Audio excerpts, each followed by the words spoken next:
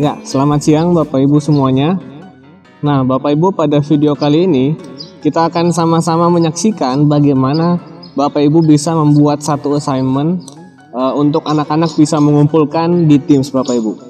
Oke, baik Bapak Ibu, untuk lebih jelasnya mari kita sama-sama melihat video tutorial membuat assignment di Teams kali ini Bapak Ibu. Selamat menyaksikan. Langkah pertama untuk membuat assignment adalah kita masuk ke dalam Teams yang sudah dibuat oleh admin sekolah. Saya berikan contoh di sini Teams SLHKH 7ABCD Pendidikan Agama Kristen tahun ajaran 2020-2021. Nah, kita klik di General. Di sini sudah ada tab Assignment yang disediakan Teams untuk kita membuat tempat untuk mengumpulkan tugas. Nah, kita klik di assignment.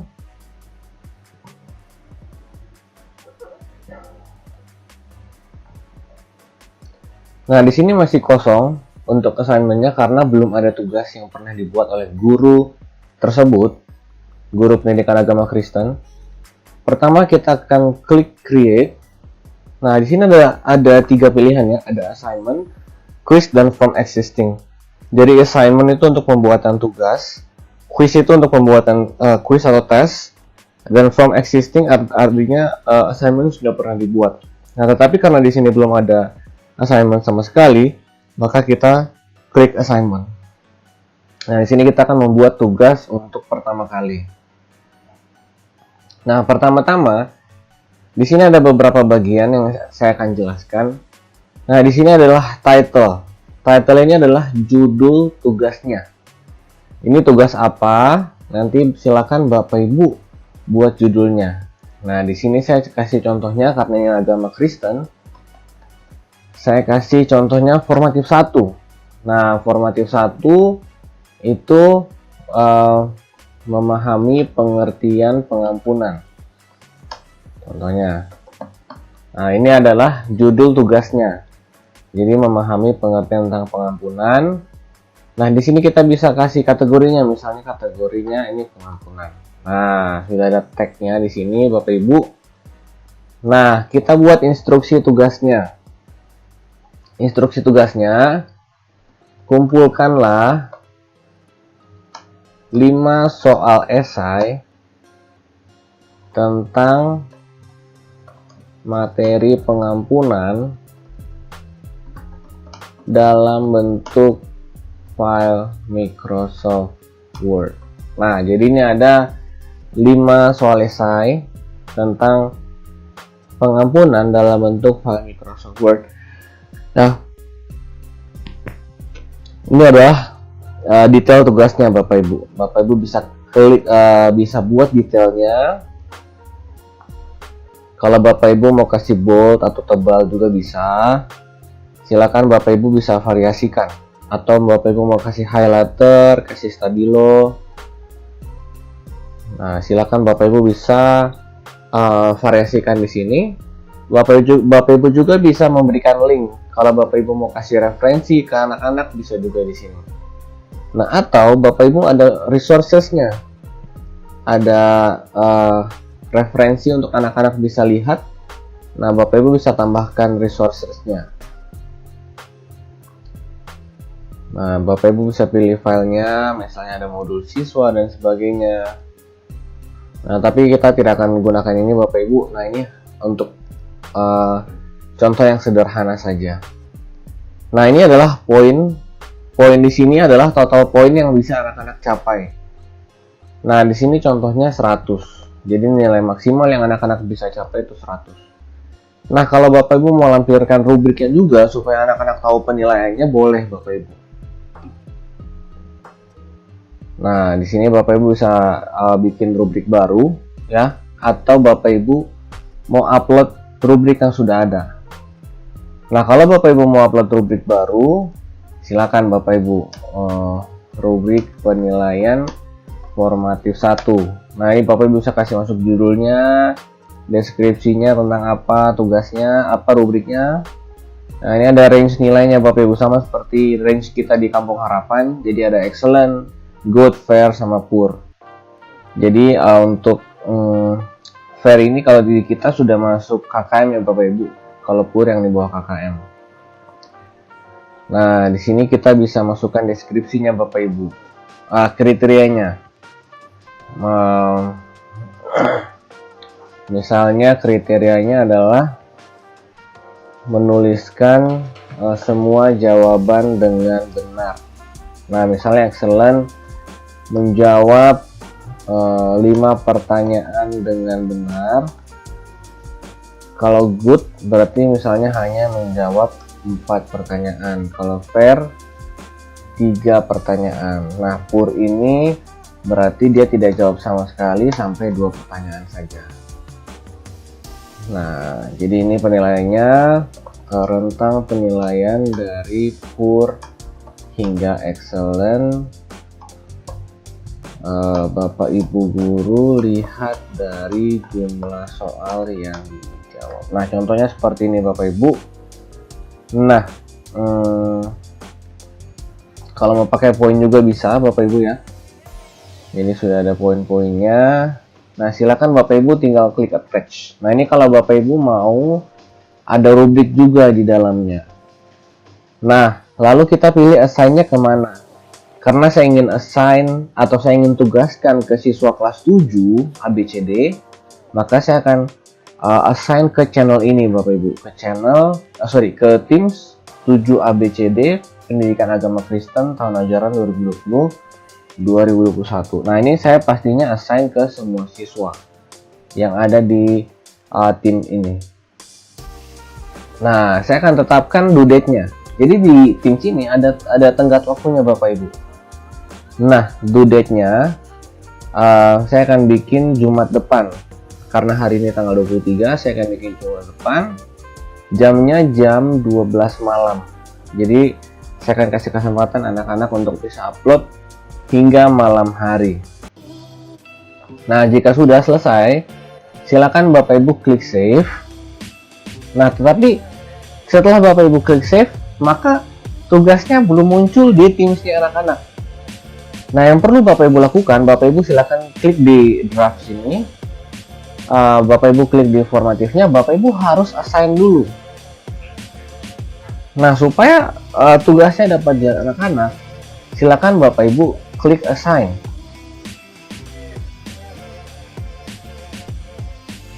Nah, setelah di assign, maka Bapak Ibu akan lihat anak-anak sudah bisa melihat tugasnya di Teams-nya anak-anak.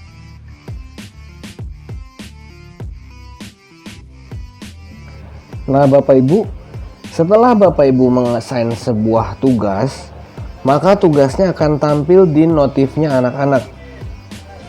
Nah, di sini kalau Bapak Ibu lihat, di sini sudah tampil assignment mention SLHKH 7 ABCD Pendidikan Agama Kristen, dan sudah ditampilkan juga untuk due date-nya.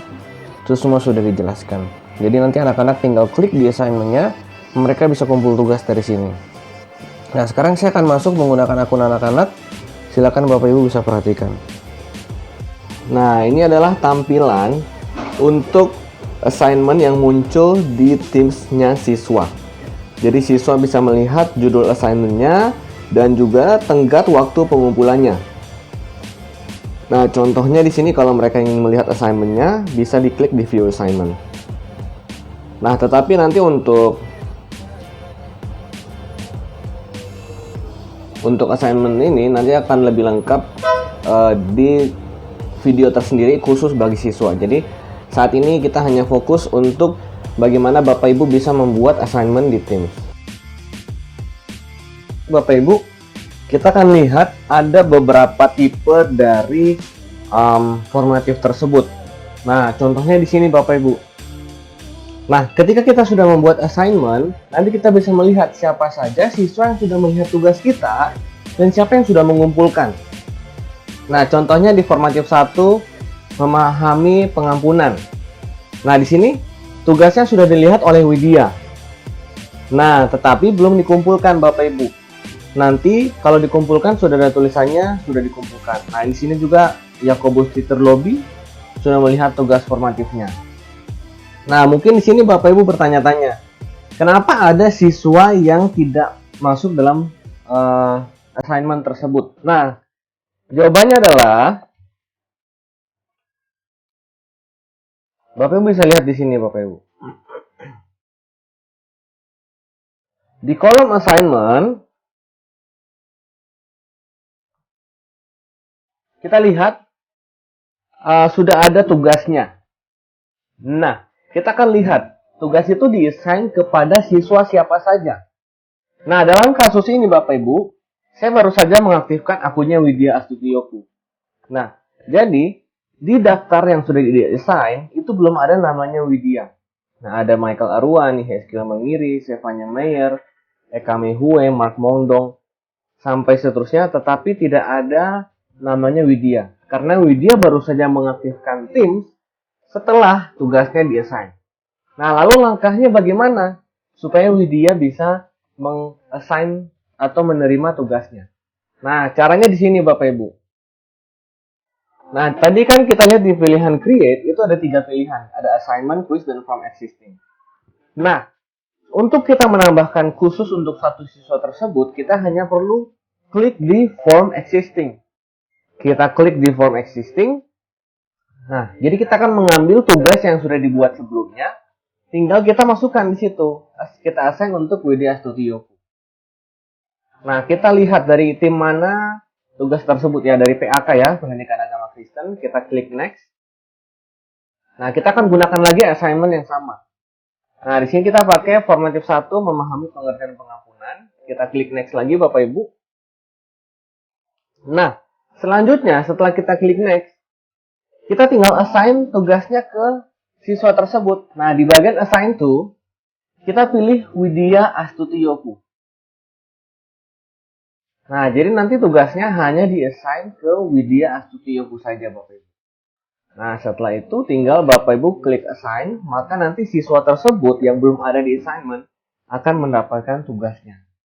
Nah, itu adalah salah satu dari gangguan atau problem yang Bapak Ibu temui ketika meng-assign tugas untuk siswa.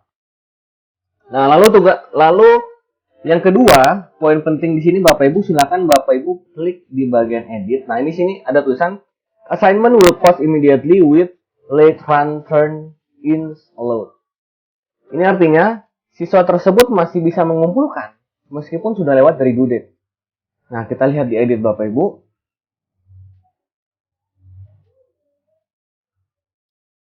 Nah, setelah kita masuk di kolom edit assignment timeline, di sini kita masuk di kotak dialog baru. Nah, di sini sudah ada desain tanggal 24 Oktober, ya. Dan due date-nya seharusnya ini tanggal 30 Bapak Ibu. Nah, misalnya kita kasih due date-nya tanggal 30. Jam 12 malam. Nah, masih ada namanya close date. Jadi, close date ini adalah tanggal terakhir tugasnya bisa dikumpulkan. Jadi setelah lewat dari close date ini, siswa sama sekali tidak bisa mengumpulkan.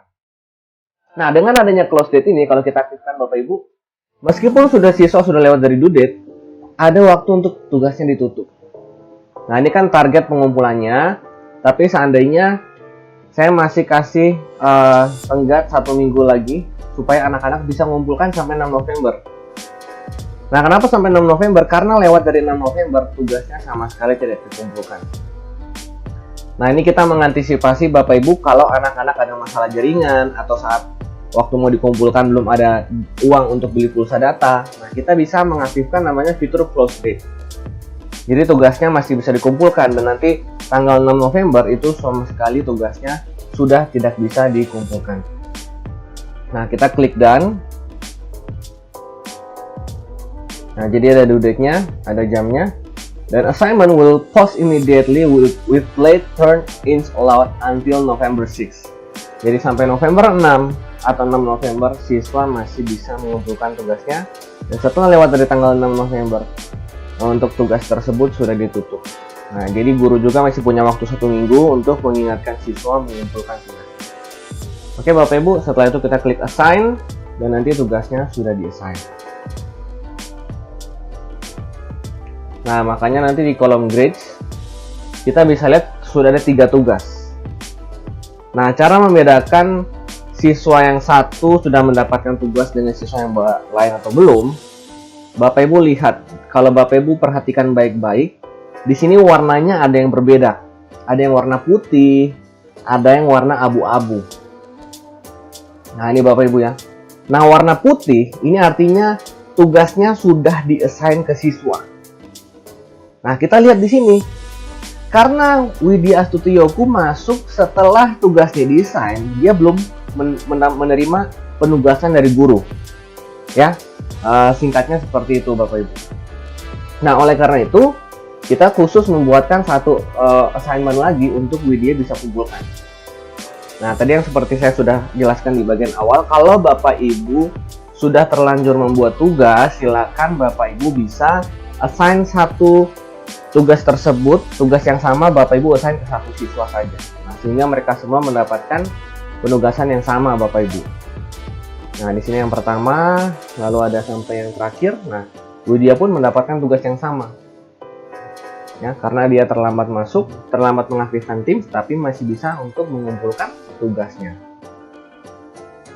Baik Bapak Ibu, demikianlah tutorial Teams untuk membuat assignment di Teams. Jika Bapak Ibu Guru punya pertanyaan, silakan boleh komen langsung di bagian bawah, atau Bapak Ibu Guru bisa langsung menghubungi saya secara pribadi melalui nomor WA atau nomor bisa melalui SMS. Silakan Bapak Ibu. Oke, baik Bapak Ibu, terima kasih sudah mengikuti tutorial ini dari awal sampai akhir. Tuhan Yesus memberkati. Selamat melayani Bapak Ibu. Live in your holy mountain, the one who walks uprightly and works in